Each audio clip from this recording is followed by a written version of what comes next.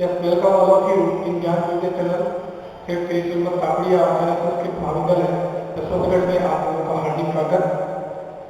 विद्यार्थियों, Sanskrit third year, I think Sanskrit third year examination will be start 15 September 2020 and you should complete your syllabus because examination is closed here, बिल्कुल पास में है।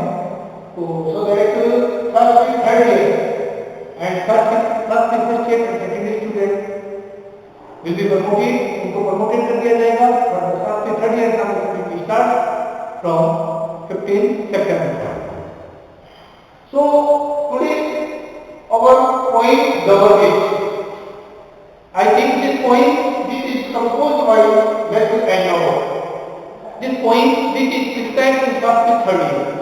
First of all, we should know who composed double gauge. Double gauge point which is composed by Matthew and Noah. When was Matthew and Noah composed this point? I am telling you the introduction to the point. Matthew and Noah was born in 1822 and expired 1818. 5th October 24 October 1822 and expired 15 May 1818. 1888 के अंदर ये expire हो गए थे और 1822 के अंदर इनका जन्म हुआ था। First and foremost we should know where the Laleham at Laleham near Sterling and he expired at Liverpool. Liverpool एक जगह का नाम है और लालेहम भी एक जगह का नाम है। तो लालेहम में इनका जन्म हुआ था जो नियर स्टेनिस के पास में है और एक्सपायर कहां हुए थे? लिवरपूल के अंदर एक्सपायर हुए थे 1818 and was on 1820।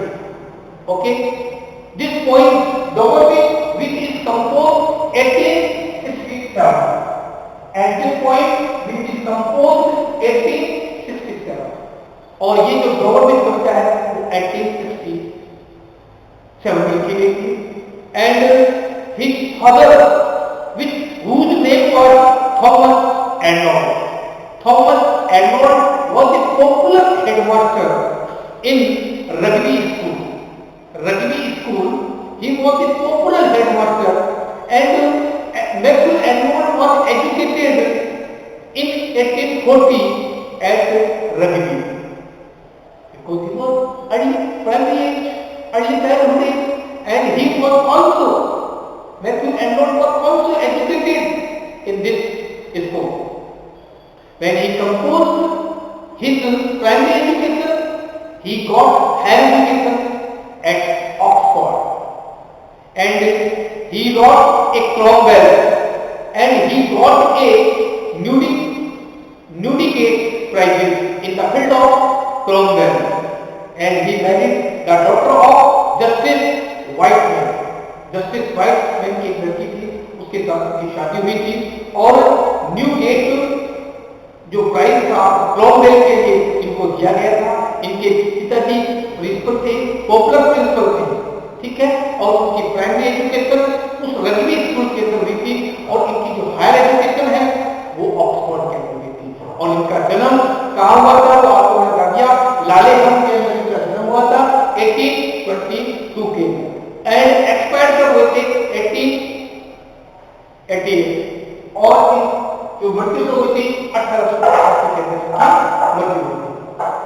Okay, introduction and his famous work is Astronomy which composed by Matthew Arnold. The state Rambler and Underpoint and second 1852 expedition on Etna and other point and point second three and Bureau and Tragedy. All are popular collection of Matthew Arnold. But in the third year, double point which is prescribed in Sanskrit third.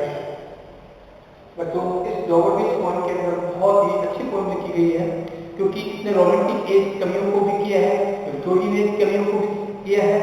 तो Robert बीच एक प्रकार की 1867 के अंदर लिखी गई थी। It is a kind of dramatic monologue. It similarly आपने ड्रामेटिक मोनोलॉग पढ़ा होगा by last Churchill. Robert browning की पोएम है लास्ट चर्चिल, वो पोएम भी क्या थी? ड्रामेटिक मोनोलॉग था। सिमिलरली इसी प्रकार Robert beach is also my last Churchill and Robert beach both poems are dramatic monologue. So today we are going to read this poem, The Overwitch. Okay, the sea is calm. Yes, look at your textbook. अपने textbook के अंदर देखिएगा first paragraph, the sea is calm. Calm means शांत। समुद्र कहता है शांत है। Tonight इस रात्रि को the tide is full. Tide का मतलब होता है कैसे? ज्वार भाटा। इन एंड फ्लो, नाम सुना होगा आपने। इन एंड फ्लो, ज्वार भाटा आता है और चला जाता है। तो समुद्र की लहरें क्या होती है? अप कम एंड डाउन, आती है और चली जाती है। Which means the tide is full, the moon light fair, और चंद्रमा एकदम चमक रहा है। तो उस दिन ज्वार भाटा आया हुआ है। समुद्र के ऊपर वो जो मून है वो क्या कर रहा है? शाइनिंग कर रहा है, चमक रहा है। अपॉन द स्ट्रेट, अर्थात डोगरफील्ड के बीच में, उस जो समुद्र के बीचों बीच में है, और उसके ऊपर अगर चंद्रमा चमके तो कितना वंडरफुल फील होता है ना। और ज्वार भाटा है, in and flow, tide, tide means होता है ज्वार भाटा, और ज्वार भाटा उसमें आया हुआ है। और समुद्र कहता है बिल्कुल काम एंड पीस, समुद्र बिल्कुल शांत है। On the French coast, coast का मतलब होता है किनारा, और एक तरफ फ्रांस है, एक तरफ इंग्लैंड है। And the poet is standing near the beach. We can say that he was also standing near the beach, and he was looking the situation and condition of the moon, and the sea comes and down, which is kind of tide. Tide means in and flow आया हुआ है, और समुद्र की जो चंद्रमा की जो किरणें हैं वो समुद्र के ऊपर क्या हो रही है? गिर रही है। बहुत ही सुंदर दृश्य है। On the French coast the light of French, जब फ्रांस का एक कोस्ट किनारा है वहां से एक तरफ से लाइट दिखाई दे रही है। और कभी खड़ा कहां है? बोलिए, कभी कहां खड़ा है? इंग्लैंड के आइसलैंड पर खड़ा हुआ है। और फ्रेंच का कोस्ट, वहां से एक लाइट, चमकती हुई लाइट दिखाई दे रही है, ग्लिम्स, एंड इज गॉन, और वो लाइट धीरे धीरे क्या हो गई है? गायब हो चुकी है। The Cliff of England stand, और फिर कभी क्या करता है? इंग्लैंड की घाटियों पर भी चांदनी की रोशनी ना वो गिर गई है। पहले तो उसने देखा कि जो फ्रांस का तट है ना, वहां से रोशनी उसको आती हुई दिखाई दे रही थी। थोड़ी देर बाद वो क्या हुआ? रोशनी गायब हो गई, ग्लिम्स उसकी गायब हो गई। फिर वो जो चंद्रमा है वो वहां की जो क्लिफ है, क्लिफ वहां की जो तट है या खाड़ियां हैं, ग्लिमिंग, उनके ऊपर चमक रहा है। And west out of a tranquil way, अर्थात घाटी एकदम शांत है। Come to the window, come to the window, कभी आमंत्रित करता है। कौन? बोलिए, कौन आमंत्रित करता है? डॉक्टर इसका राइटर कौन है? वेस्ट एंड आमंत्रित करता है, खिड़की के पास आओ और इस प्रकार की कंडीशन, इस प्रकार की सिचुएशन, इस प्रकार की जो पिक्चर है उसको देखो। कभी आमंत्रित करता है। May be his beloved, may be his friend. Love is a common word in England. Love शब्द इंग्लैंड में क्या है? एक कॉमन शब्द है। तो वो हो सकता है अपने प्रेमिका को बुला रहा हो सकता है अपने दोस्त को बुला रहा हो। तो कभी कहता है खिड़की के पास आओ और इस प्रकार का जो नजारा है वो देखो। कितना सुंदर नजारा है, चंद्रमा शाइनिंग कर रहा है, समुद्र एकदम शांत है और ज्वार भाटा आया हुआ है, और फ्रेंच के कोस्ट से एक चमक दिखाई दे रही है। वो चमक धीरे धीरे क्या हो गई है? गायब हो गई है। अब वो समुद्र जो चंद्रमा है वो किसके ऊपर चमक रहा है? इंग्लैंड की घाटियों के ऊपर। और इंग्लैंड की घाटियां एकदम कहती है शांत है। तो कभी आमंत्रित करता है, आओ और देखो, sweet in the A night air, एकदम ठंडी ठंडी हवा, मधुर हवा, ब्रीज वो चल रही है। Only from the long line of A spray, अर्थात पानी की बूंद, spray, line of A spray. जब समुद्र गिरता है तो आपने देखो, चंद्रमा गिरता है तो एक तरफ सफेद रंग की हो जाती है। समुद्र तो एक ही होता है लेकिन एक अलग उसमें चमक दिखाई देती है, व्हाइट रंग की। तो कभी कहता है देखो, समुद्र के बीचों बीच में एक लाइन थी सफेद कलर की दिखाई दे रही है ना। वेयर द सी मीट्स जहां पर समुद्र क्या है मिलते हैं, the moon blank land listen सुनो, you hear the a grating road, ये कर्कश आवाज को सुनो। और वहां पर एक किसी प्रकार की आवाज आ रही है, क्योंकि समुद्र में ज्वार भाटा आता है तो समुद्र क्या करता है, कुछ पत्थरों को पेबल्स को इकट्ठा करके और किनारे पर ले जाता है कोस्ट को। फिर जब पानी वापस आता है ना तो वो पेबल से जब उतरता है ना तो उसमें एक विशेष प्रकार का म्यूजिक क्रिएट होता है। तो कवि यहाँ पर कहता है लिसन सुनो, यू हियर, लिसन सब ये सुनकर अपने को सोलिटरी रीपर जो विलियम वर्ड्सवर्थ की कविता लिखी गई थी उसमें वो कवि कहता है सुनो ये कितना मधुर गीत गा रही है। इसी प्रकार यहाँ पर कवि क्या कह रहा है, सुनो इस समुद्र के अंदर कितनी अच्छी मधुर हवा बह रही है और कितना म्यूजिक क्रिएट हो रहा है, इसको सुनो। Here and A getting road of papers which is a best draw back and feeling, कवि को समुद्र क्या करता है, उनको पानी की धार के साथ पत्थरों को फेंकता है और फिर धीरे धीरे वापस आता है। And then it returned up in the a high stand and became the sea and the again began, फिर ये प्रक्रिया प्रोसेस क्या है, चलता रहता है, क्योंकि समुद्र में लहरें उठती रहती हैं, उठने के कारण वो लहरें किनारे पर टकराती हैं तो पीपल वहां पर आ जाती है, फिर उस पीपल से पानी जब वापस आता है तो क्या होता है बच्चों, एक विशेष प्रकार का संगीत पैदा होता है। But it creates a melancholy sound, melancholy means होता है दुखदायी, क्योंकि कितने उत्साह के साथ पानी में उसको फेंका, जब वो वापस लहरें आती हैं तो क्या होता है, एक पेनफुल मेलनकॉली क्रिएट होता है, एक दर्दनाक चीज होती है। तो बच्चों इस पोएम के माध्यम से कवि जो मानव का स्तर गिर रहा है उसके ऊपर, हम पूर्व समय के अंदर कितने प्रेम के साथ रहते थे, but now we are losing it, हम उसको खो रहे हैं, हम तो प्रेम की जो ब्रदरहुड की जो मोरालिटी की भावना है, फीलिंग्स है, उसको क्या कर रहे हैं, खो रहे हैं। बस यही इस कविता से कवि पता करता है कि कितना दर्दनाक है। Sophocles with A Sophocles long ago, Sophocles एक मिथोलॉजी के अनुसार एक ड्रामेटिस्ट था, है ना, ड्रामेटिस्ट था जो क्या था, सोफोक्लिस 5वीं शताब्दी में यूनानी ग्रीक एक ड्रामाटिस्ट था। सोफोक्लिस लॉन्ग एगो, बहुत समय पहले सोफोक्लिस ने भी इस प्रकार की जो दर्दनाक आवाज है वो सुनी थी समुद्र के किनारे।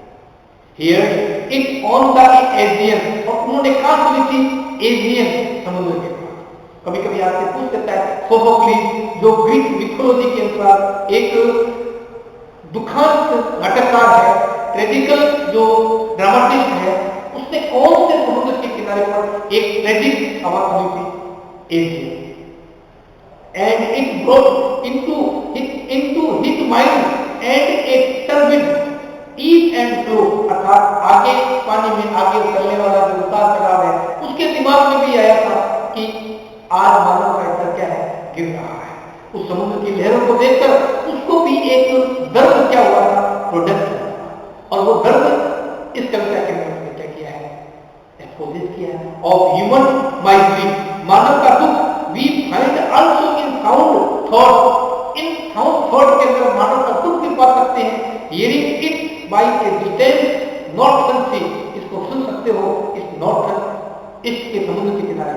the sea of faith, जो समुद्र है जिसके अंदर कितना, क्योंकि समुद्र क्या होता है, इनोसेंस होता है, उसके अंदर विश्वास होता है होता है, लेकिन वो फैक्ट अब क्या हो रहा है, आपने देखा होगा समुद्र कभी कभी धीरे धीरे सूखता चला जाता है, अपनी जगह को छोड़कर सूखता चला जाता है। तो कहने का मतलब उसके अंदर पहले फैसला समुद्र के अंदर वो तो धीरे धीरे जब नीचे पानी चला जाता है ना, इसका मतलब उसने अपना विश्वास क्या कर दिया है, खो दिया है। Similarly human beings are also losing their human feeling, इस प्रकार मानव भी क्या कर रहा है, अपनी जो मानव की जो गुण है उसको धीरे धीरे क्या कर रहा है, खो रहा है। वो इस कविता के माध्यम से कवि ने हमको क्या किया है, बताया। was once to a full and round earth shore lay like a fold birthday and bright light and are filled by down only near in a melancholy long withdrawing roar of retreating to the hell of the night wind down of west age dear o next singles of the world love let us you। अब देखिए last paragraph के अंदर क्या कर रहा है, जो प्रेम है, विश्वास है ना, कभी यहाँ पर विश्वास को दृढ़ करके व्यक्त करता है तो कम अनदर, है ना, for the world which things, जो संसार के अंदर प्रेम और हेल्थ की जो भावना थी वो धीरे धीरे क्या हो रही है, विलुप्त हो रही है। टू द बिफोर, पहले थी us like a land of dream, अब ये जमीन क्या बन गई है, स्वप्न बन गया है। ये संसार एक हमारे लिए सपना बन गया है।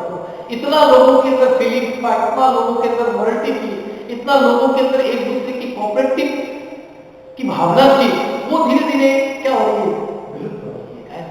तो कवि कह रहा है ये संसार में क्या है, एक सपना है। ये जमीन लैंड क्या है, ड्रीम है।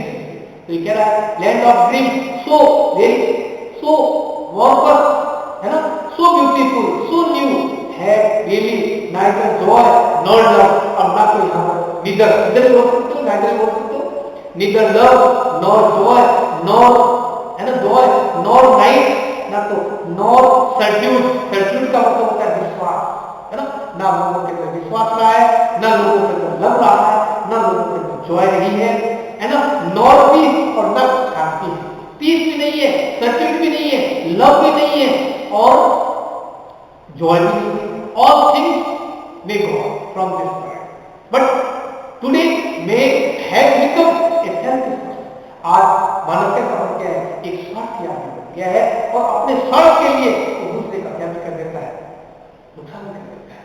तो बच्चों, इस कविता के माध्यम से मैं आपको यही कहना चाहता हूँ कि बहुत ही इंटरेस्टिंग पॉइंट है।